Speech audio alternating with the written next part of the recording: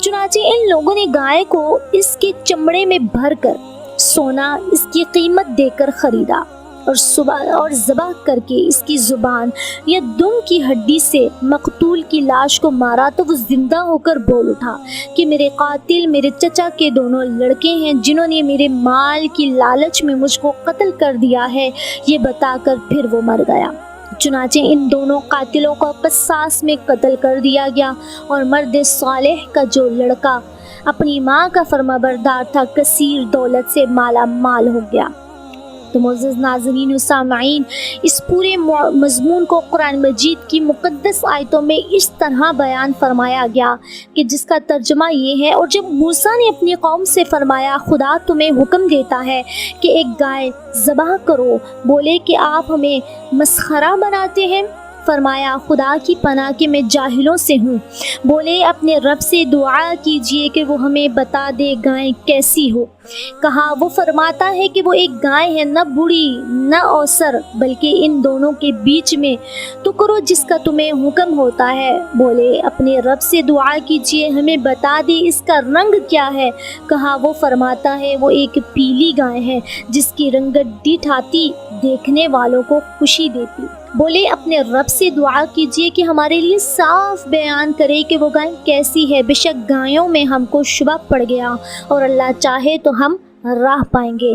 کہا وہ فرماتا ہے کہ وہ ایک گائے ہے جس سے خدمت نہیں لی جاتی کہ زمین جوتے اور نہ کھیتی کو پانی دے، بے عیب ہے جس میں کوئی داغ نہیں۔ بولے اب آپ ٹھیک بات لائے تو اسے ذبح کیا، اور ذبح کرتے معلوم نہ ہوتے تھے، اور جب تم نے ایک خون کیا تو ایک دوسرے پر اس کی تہمت ڈالنے لگے، اور اللہ کو ظاہر کرنا تھا جو تم چھپاتے ہو۔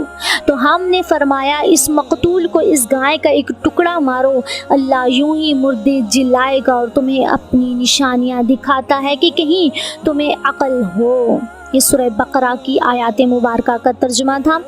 تو ناظرین، درس ہدایت کیا ہے؟ اس واقعے سے بہت عبرت انگیز اور نصیحت خیز باتیں اور احکام معلوم ہوئے۔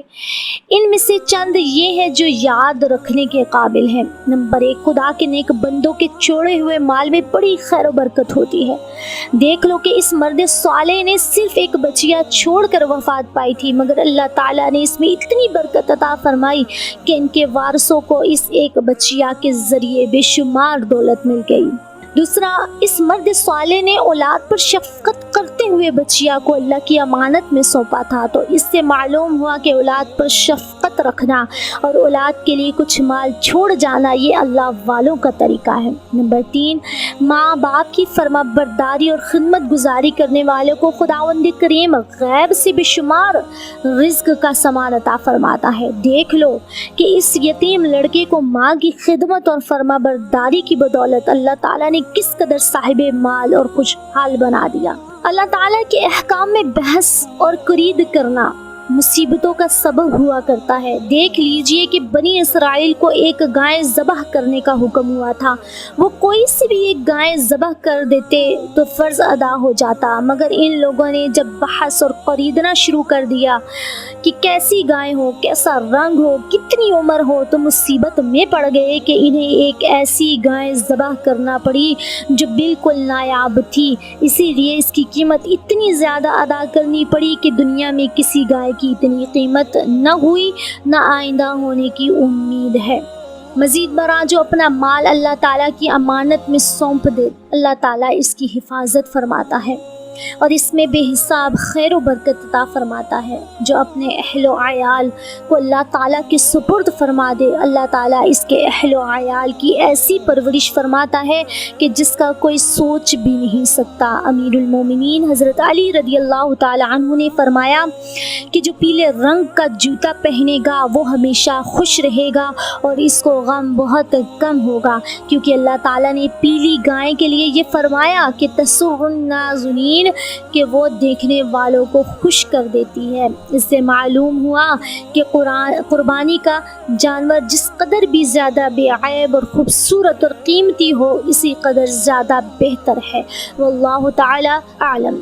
تو ناظرین و معززین، آپ نے یہ واقعہ سماعت فرمایا، اس سے درس ہدایت بھی سماعت فرما لیا۔ اللہ سے دعا ہے کہ اللہ تعالیٰ ان آیات کو سن کر، ان واقعات کو سن کر اپنی زندگی میں تبدیلی لانے کی ہمیں توفیق عطا فرمائے، دین اسلام کے احکامات پر اور اخلاقیات پر چلنے کی توفیق عطا فرمائے۔ آمین ثم آمین۔ اگلی ویڈیو آنے تک اپنا اور اپنوں کا بہت سارا خیال رکھیے گا۔ اللہ حافظ، فی امان اللہ۔